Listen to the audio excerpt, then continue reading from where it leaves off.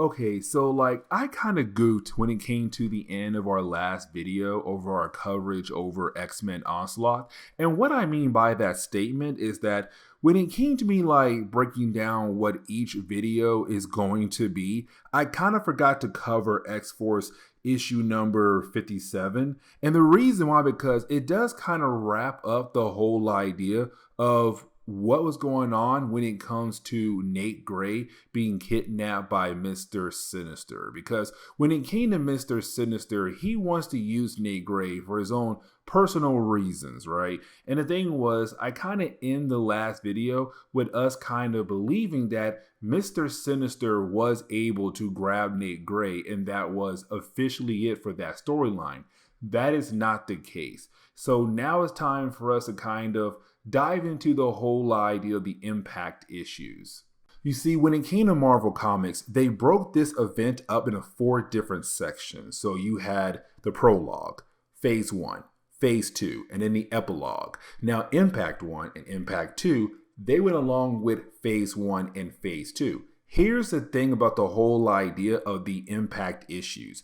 Those issues were technically used as a way to say, hey, listen, you're not going to see Onslaught in those books, but on top of that, the different things that he's doing is truly impacting characters in different types of ways. Our other characters are impacting our heroes in different types of ways. So for example, in our last video, we had covered one of the issues that belongs to phase 1, the whole idea of Mr. Sinister trying to go after Nate Gray.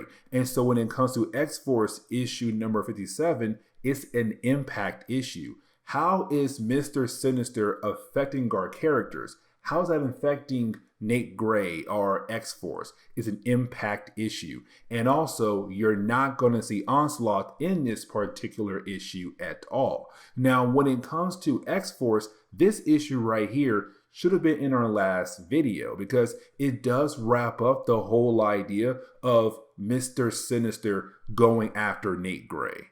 And so that is why, as we dive into X-Force issue number 57, we're technically kind of picking up where that point is at, where you do have Domino, the last person standing for X-Force at the moment, trying her best to figure out how to stop Mr. Sinister. Somebody X-Force really couldn't stop in our last video, but their goal is to protect Nate Gray. Now, here's the thing, because technically she's not alone, but also it kind of shows a different side to a character that we have not seen in a good while, and that would be Caliban. And let me explain. You see, when it came to the Morlocks, as we all know, most of them were killed off by the Marauders back in the Mutant Massacre. And here's the thing, because right after that event right there, you had Caliban join X Factor for a very brief moment. But then he was taken away by Apocalypse. Now, with Apocalypse, he did some work on Caliban. And so right now, we're kind of seeing this other side of Caliban where he's just a savage beast who will not give up until he is able to take down his target. But it's also Mr. Sinister kind of realizing that when it came to Apocalypse, he put in some kind of failsafe in Caliban to make sure to finish the job when Caliban is confronted by Mr. Sinister. Now, for X-Force, even though they're kind of scared about the idea of Caliban, they have to use this moment as a way to move Nate Gray somewhere else. And so you do have Domino realize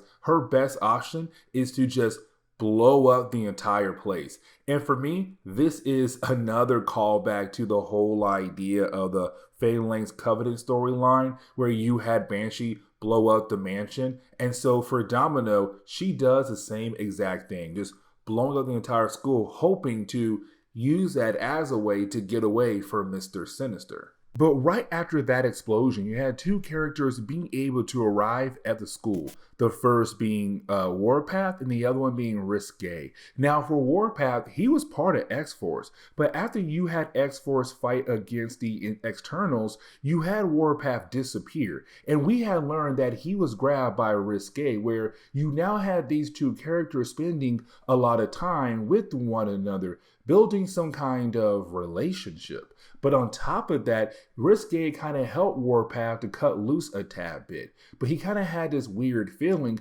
that something was going on at the school, that his teammates need him. And so he came back home, and of course, she had followed him because she's in love with him, supposedly. Now, we do kind of find out very quickly here that for Mr. Sinister, he did survive that explosion. Now, here's the thing, because for Sinister, he wants Nate Gray because he realized that Nate Gray is the completion of all his work from his alternate reality counterpart from the Age of Apocalypse reality. For Sinister, he already failed when it came to getting his hands on Cable. He cannot fail now when it comes to, getting his hands on Nate Gray. Now, we do discover here that when it came to our heroes, they were able to survive the explosion when it came to Domino blowing the place up. Now, we're also getting reminded that when it came to Nate Gray, his powers were quote unquote shut down by Mr. Sinister at the end of our last video. So technically right now, he may no longer be a use for Onslaught, but at the same time still could be useful for Mr. Sinister. And so right now for our three heroes, Sunspot, Domino, and also Nate Gray, they have to stick together as a way to protect Nate from Mr. Sinister. Now, for Caliban and also Meltdown, they had ended up somewhere else in the school, but either way, for Caliban, it's him kind of now remembering what he did when it came to fighting against Mr. Sinister. He kind of realized that basically he lost control. And so now for Caliban, he's kind of scared of the idea of that happening again, but possibly hurting somebody he loves, like one of his team members. Now you do have Meltdown there trying her best to ease his pain, to help him relax, kind of like, listen, we'll make sure that never happens again. And don't worry, there's no way that you would actually try to hurt us. We know you so well. We care for you so much. But it's also Caliban saying like, yeah, I may have you in my corner, but at the same time, there is still that possibility that I could possibly kill you or someone else on XForce if I lose control once again.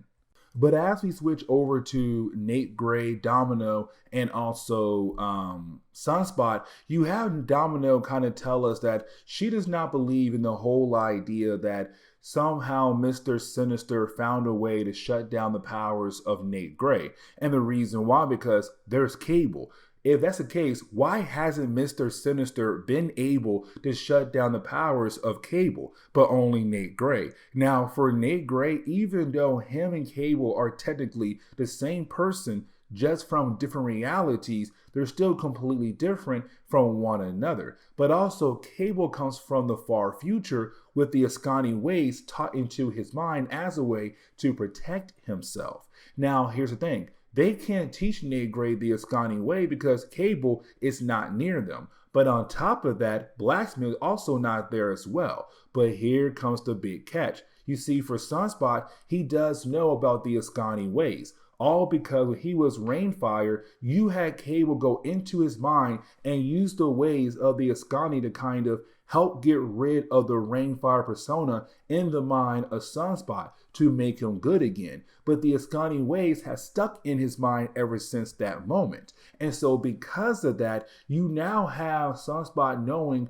about the Ascani ways. And so it's Domino saying, Nate, if you still have a tad bit of juice left to use your abilities on somebody, use it right now on Sunspot. So then you are able to learn more about the Ascani ways to turn your powers back on completely. Now, with all that being said, when he does it, out of nowhere, there is some kind of block in the mind that was created by, well, Blacksmith, where of course it does knock out both Nate Gray and Sunspot as well. Now, this kind of leads into the ending of the whole storyline with Mr. Sinister and Nate Gray in phase 1 of the Onslaught storyline. And what I mean by that statement is that you do have the different members of X-Force being able to regroup and try to work together to fight against Mr. Sinister. Now, for Nate Gray, when he does arrive, he really shows that he's really powerful when it comes to fighting against Mr. Sinister. The dude does not stand a chance at all against Nate Gray. But here's the thing, because for Sinister, even though he knows he does not truly stand a chance against Nate Gray in a one-on-one battle, he knows that he could technically set a trap for Nate Gray. And he said, hey, listen, the only reason why I came here because I want to use you as a way to fight against Apocalypse, to fight against Mr. Sinister, as a way to protect this world. He even tells Nate Gray, you can go ahead and look into my mind and you will see that I am speaking the truth. Now for Nate Gray, he tries that. The thing is, you have Mr. Sinister being able to redirect the energy that Nate Gray uses on his own mind, but all the minds of the different members of XForce. And so just like that, every single person in that room is completely knocked out, allowing Sinister to go ahead and pick up Nate Gray and take him away. And so now we can kind of go ahead and get into the storyline I really did want to talk about more in this video, and that would be Cable versus the Hulk. Now for me, this literally came out of nowhere. Like, if you read the previous issues leading into this one right here, you technically did not really see this coming, but hey, you know what? It did make for a very interesting battle. Now, you also have Storm being involved in this battle as well, and I'll explain why here in a moment, but getting into the opening pages of this particular storyline, we pick up with a character known as Ozymandias. Now, Ozymandias used to be a servant for Apocalypse. Here's the thing about this character, right? For Ozymandias, he's been locked away for a very long time, but his task was to write down, keep track of everything that happened in the past, but to also kind of write down things going to happen in the far future. And so when it came to Ozymandias, is him right now telling us, the readers, what's to come very soon for the character Cable. And let me explain. It's him saying that Cable's destiny is coming up very soon. That Cable is gonna have to fight against Apocalypse. But before he's able to do that, he has to overcome a certain obstacle. That obstacle is no other than the Hulk. Now, it's also him kind of reminding us that for Apocalypse, he believes that we're almost at the end of the age of heroes. Now, as we switch over to Cable, we're also getting reminded that for Cable currently at this point in time is trying his best to fight against the techno-organic virus that's currently running through his body. And usually for Cable, he would use his powers as a way to keep the virus at bay. But unfortunately, it's no longer working. The virus is slowly taking over his body. It is evolving. Now, things get even worse because for Cable, he realized what's coming right now, who's on their way over to him. And currently for Cable, he's still trying his best to recover from what happened earlier when it came to him fighting against Post. But for Cable, he realized who is his next opponent, and that would be the Incredible Hulk. Now, when Hulk arrives, it's kind of like, okay, Hulk wants to literally smash Cable, his usual line, Hulk smash.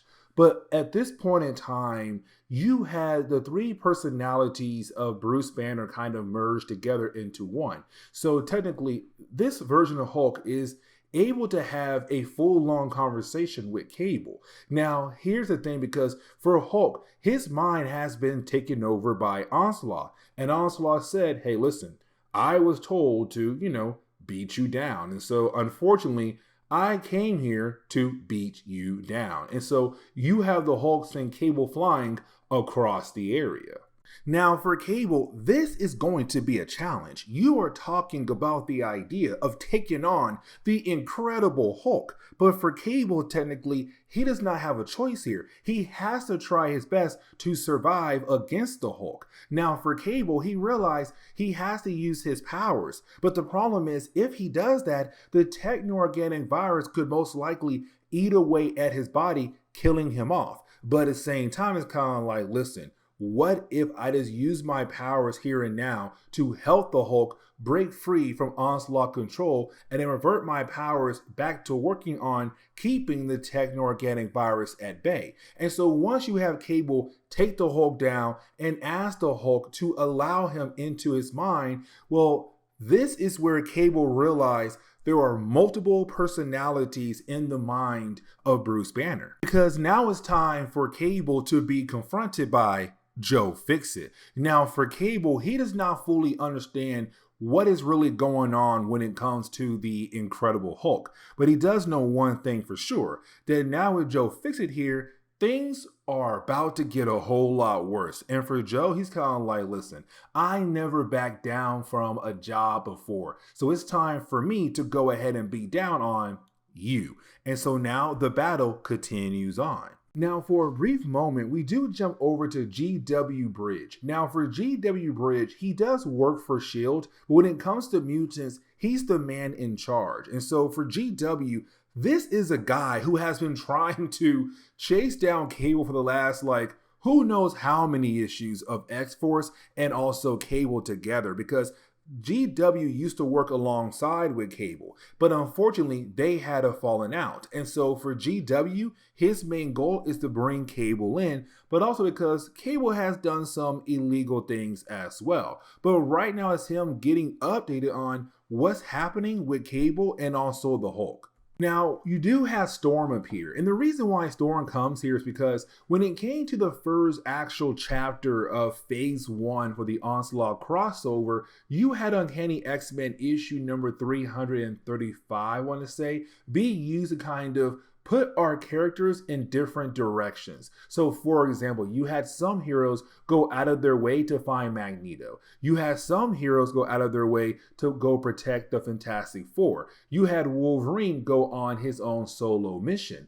But when it came to Storm, she was kind of like, hey, listen, we gotta find Cable. He's not here. And that right there is kind of scary. And so for Cyclops, he told Storm, go look for Cable. And that is why she is here. And luckily she got here in time because Joe Fixit was beating down on Cable. Like, the dude actually got his butt whooped so bad, he was completely taken out. But you do have Storm being able to bring him right back up.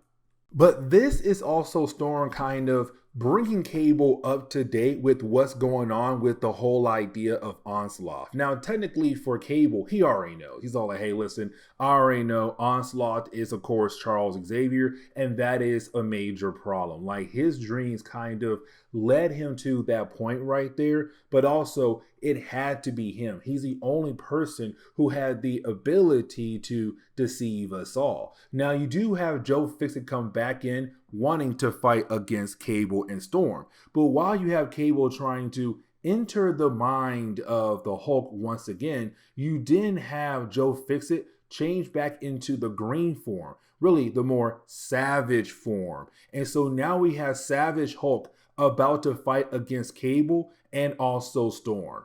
But as this chapter closes, we do pick up with Ozymandias once again. And it's him telling us, like, he feels like hope is lost. Cable is most likely going to lose. And it's also Apocalypse one more time reminding us, like, he believes that we are technically at the end of the age of heroes.